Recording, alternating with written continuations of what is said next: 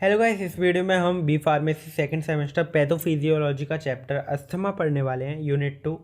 और इसके बारे में पढ़ने वाले हैं काफ़ी सिंपल एंड शॉर्ट वे में। तो सबसे पहले आपको कंटेंट बता दूं तो सबसे पहले हम पढ़ेंगे व्हाट इज़ अस्थमा। फिर पढ़ने वाले हैं कि इसके रीजंस, कॉजेस के किन किन कारणों की वजह से अस्थमा हो सकता है। एंड उसके बाद कॉम्प्लिकेशंस, क्या क्या दिक्कतें आ सकती हैं अस्थमा की वजह से। फिर कुछ इंपॉर्टेंट क्वेश्चंस। तो सबसे पहले बात आती है अस्थमा होता क्या है। तो अस्थमा एक रेस्पिरेटरी सिस्टम की डिसीज़ है। रेस्पिरेटरी सिस्टम आपने पढ़ा होगा HAP, human anatomy and physiology में। सिंपल वे में बताऊं तो रेस्पिरेटरी सिस्टम में होता क्या है, एक प्रोसेस होती है जिसमें ऑक्सीजन को इनहेल किया जाता है, लंग्स तक लाया जाता है, फिर उसको ब्लड सेल्स तक लाया जाता है, सेल्स में भेजा जाता है। और सेम प्रोसेस कार्बन डाइऑक्साइड में होती है, ये वो बॉडी से बाहर निकलती है। तो मैंने बस शॉर्ट में समझा दिया, आप समझ में आ गया होगा कि आपको किससे रिलेटेड ये बीमारी है। जैसा कि हम जानते हैं कि हमारी बॉडी में विंड पाइप मौजूद होता है, उसको ट्रैकिया भी बोलते हैं। विंड पाइप आपके गले के आसपास मौजूद होता है। और किसी वजह से विंड पाइप सिकुड़ जाए या फिर कॉन्ट्रैक्शन हो जाए उसमें, जिससे सांस लेने में प्रॉब्लम हो, उस बीमारी को अस्थमा कहते हैं। क्योंकि विंड पाइप के सिकुड़ जाने से एयर पैसेज जो होगा वो नैरो हो जाएगा, उसमें से जो ऑक्सीजन है वो नहीं जा पाएगी। मतलब उसमें से एयर पैसेज इतना है कि इसमें से एयर निकल ही नहीं पाएगी ढंग से, और उससे सांस लेने में प्रॉब्लम आएगी। तो इसको अस्थमा बोलेंगे। अब बात करते हैं अस्थमा की एटियोलॉजी, मतलब कि अस्थमा किन किन कारणों से हो सकता है। तो सबसे पहले बात करते हैं इन्फ्लेमेशन की। तो आप समझिए, इन्फ्लेमेशन आपने पढ़ा होगा एक दो चैप्टर पहले ही। बॉडी का रिस्पॉन्स, किसी भी तरीके की प्रॉब्लम बॉडी में होती है उसका रिपेयर या फिर बॉडी का रिस्पॉन्स, समझिए आप सिंपल वे में। तो समझिए अपने बॉडी में ब्रोंकिया होता है, ट्रैकिया के नीचे से जहाँ पर दो डिवाइड हो जाते हैं, उस भाग को बोलते हैं ब्रोंकिया। अब होता क्या है, उसकी जो मसल रहती है, मसल होती है, वो स्मूथ मसल होती है, कार्डियक मसल होती है, अलग अलग टाइप की मसल नहीं होती। वैसे ही उसका जो मसल टाइप है वो स्मूथ होती है। अब जब स्मूथ मसल में जब इन्फ्लेमेशन होगा तो आप समझिए इस ब्रोंकिया में किसी कारणवश कुछ चीज़ चली जाती है, कुछ हो जाता है, उसके रिस्पॉन्स में बॉडी अपना रिस्पॉन्स देती है। मतलब कि इन्फ्लेमेशन होगा उधर, तो होगा क्या कि उस जगह पर सॉइलिंग आ जाएगी, रेडनेस हो जाएगा, वो जगह सूज जाएगी, जिसकी वजह से एयर पैसेज काफ़ी नैरो हो जाएगा और एयर पास नहीं हो पाएगी, और इसी की वजह से अस्थमा हो जाएगा।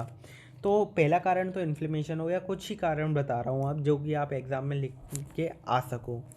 तो दूसरे की बात करें तो कुछ ज़्यादा ही मात्रा में म्यूकस का रिलीज़ हो जाना, जिससे कफ हो और सांस लेने में प्रॉब्लम हो, उसको अपन दूसरे कारण में लिख सकते हैं।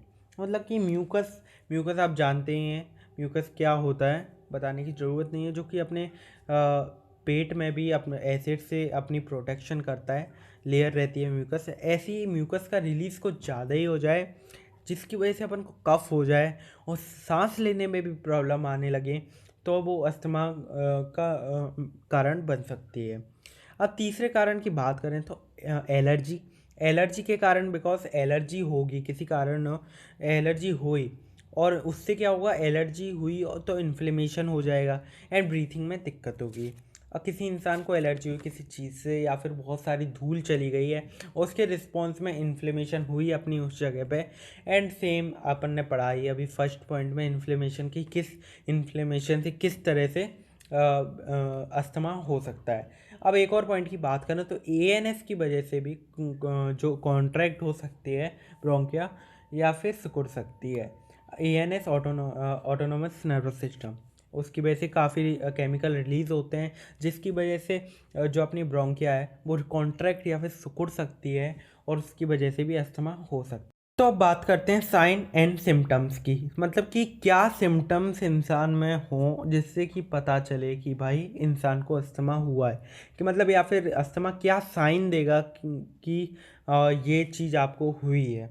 तो अगर आपको अस्थमा है तो सबसे पहले बात करें तो ब्रीथिंग रेट कम हो जाएगी। मतलब कि ब्रीथिंग रेट नॉर्मली कितनी होती है, 110 पर मिनट, 110 बार आप ब्रीथ कर पाओगे।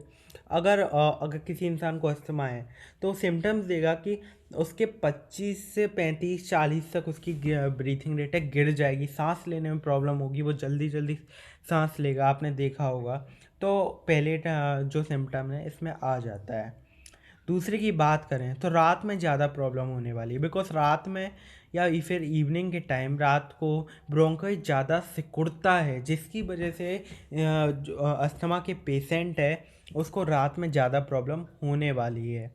अब तीसरे की बात करें तो रात में सोने में दिक्कत होना तीसरा सिम्टम्स है। कोई भी इंसान है उसको अस्थमा हुआ है तो उसको रात में सोने में दिक्कत आएगी। फोर्थ की बात करें तो इरेगुलर हार्ट बीट का रेगुलर ना होना, बढ़ जाना, कम होना, ये फोर्थ पॉइंट में आ जाएगा। फिफ्थ की बात करें तो ज़्यादा देर तक बोलने में दिक्कत आना, मतलब कि बहुत ज़्यादा बोल लिया फिर दिक्कत आने लगे, मतलब बोलेंगे तो ब्रीथिंग वगैरह की दिक्कत आएगी, तो ये भी इसमें आ जाता है। अब बात करते हैं कॉम्प्लिकेशन की, क्या कॉम्प्लिकेशंस हो सकती हैं अस्थमा की वजह से। साइन एंड सिम्टम्स जो हैं वो स्लीप या फिर वर्क करने में या फिर कोई भी अदर जो एक्टिविटी है वो आप करते हो तो वहाँ पर दिक्कत दे सकते हैं। जो इसके सिम्टम्स हैं वो काफ़ी ज़्यादा दिक्कत दे सकते हैं आपको सोने में, या फिर कोई भी अदर वर्क कर रहे हो, या फिर आप कोई स्टीप वो चढ़ स्टेप्स चढ़ रहे हो उधर दिक्कत दे सकते हैं। दूसरे की बात करें कि जो ब्रोंकिया का ब्रोंकियल ट्यूब रहता है उसका परमानेंट नैरो होना, जो कि आपको डिफ़िकल्ट इन ब्रीथिंग में रिज़ल्ट करेगा। इसका मतलब बता देता हूँ मैं कि अगर आपको अस्थमा है तो वो परमानेंट नैरो भी हो सकता है आपका ब्रोंकियल ट्यूब, जिसकी वजह से आपको ब्रीथिंग में प्रॉब्लम हो सकती है। थर्ड की बात करूँ तो हॉस्पिटलाइजेशन, मतलब कि काफ़ी दिनों तक आपको अस्थमा होना और अस्थमा के अटैक्स आना, सेवियर अटैक्स आना, वो आपको हॉस्पिटलाइजेशन में भी रिज़ल्ट कर सकते हैं, मतलब कि आप हॉस्पिटल में भी भर्ती हो सकते हो। और अगर आप अस्थमा की लॉन्ग टर्म में एंटी अस्थमेटिक ड्रग लेते हो वो उसका एडवर्स इफ़ेक्ट, साइड इफ़ेक्ट भी दे सकती हैं, जिससे कि आपकी बॉडी में और भी प्रॉब्लम आ सकती हैं। तो दोस्तों ये थी इसकी कुछ कॉम्प्लिकेशन। तो आपने बिल्कुल ही शॉर्ट में इसको व्हाट इज़ अस्थमा पढ़ लिया है, उसके साइन एंड सिस्टम पढ़ लिए हैं, उसके कॉजेस पढ़ लिए हैं एंड कॉम्प्लिकेशंस पढ़ लिए हैं।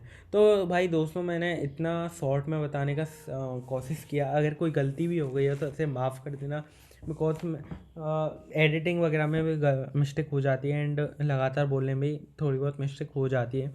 एंड कमेंट कर देना कि आपको आगे आने वाले टाइम में किस चीज़ की, किस टॉपिक की वीडियो देखनी है। एंड चैनल पे ऑलरेडी काफ़ी वीडियोस हैं तो आप उसे देख सकते हो। Thank you for watching the video.